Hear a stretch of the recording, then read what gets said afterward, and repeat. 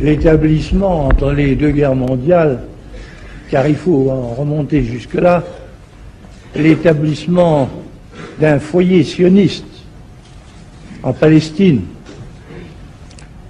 et puis après la Deuxième Guerre mondiale, l'établissement d'un État d'Israël, soulevait à l'époque un certain nombre d'appréhensions. On pouvait se demander, en effet, et on se demandait, même chez beaucoup de juifs, si l'implantation de cette communauté sur des terres qui avaient été acquises dans des conditions plus ou moins justifiables, et certains même redoutaient que les juifs, jusqu'alors dispersés, mais qui étaient restés ce qu'ils avaient été de tout temps, c'est-à-dire un peuple d'élite, sûr de lui-même et dominateur, n'en viennent, une fois qu'ils seraient rassemblés dans le site de son ancienne grandeur, n'en viennent à changer en ambition ardente et conquérante les souhaits très émouvants qu'ils formaient depuis 19 siècles, l'an prochain à Jérusalem.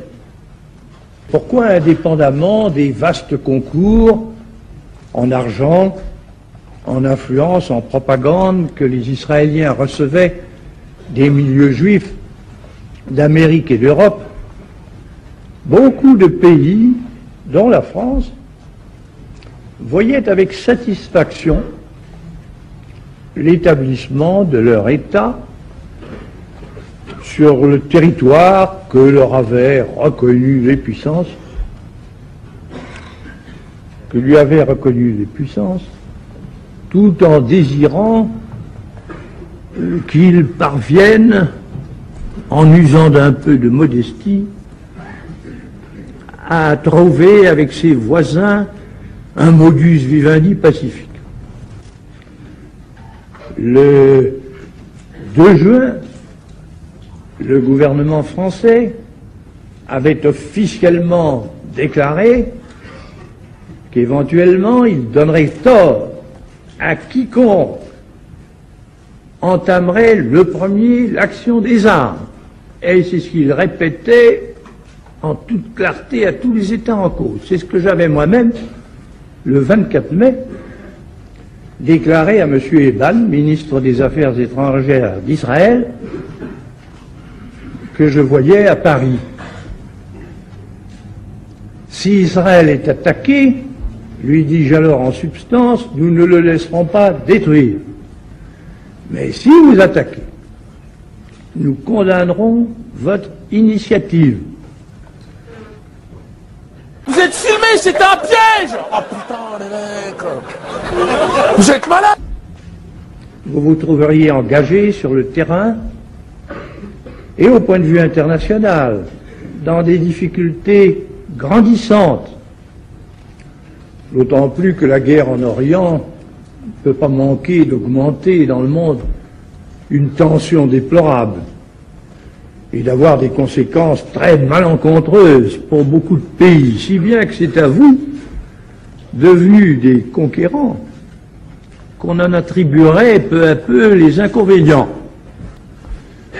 On sait que la voix de la France n'a pas été entendue. Israël ayant attaqué, s'est emparé en 6 jours de combat des objectifs qu'il voulait atteindre. Maintenant, il organise sur les territoires qu'il a pris l'occupation qui ne peut aller sans oppression, répression, expulsion.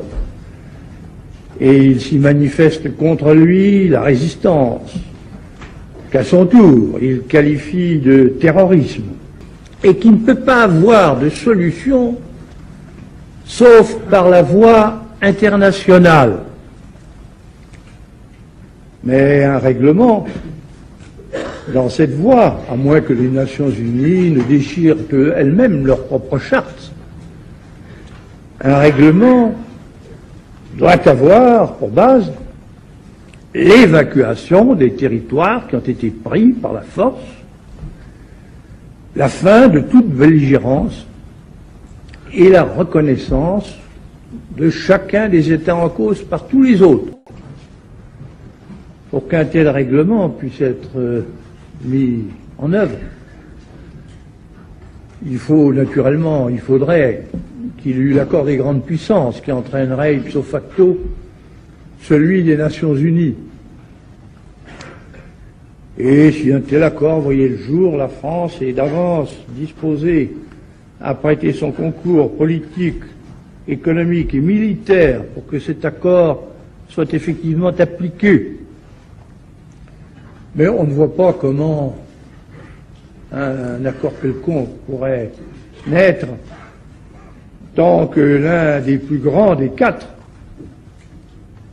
ne se sera pas dégagé de la guerre odieuse qu'il mène ailleurs, car tout se tient dans le monde d'aujourd'hui.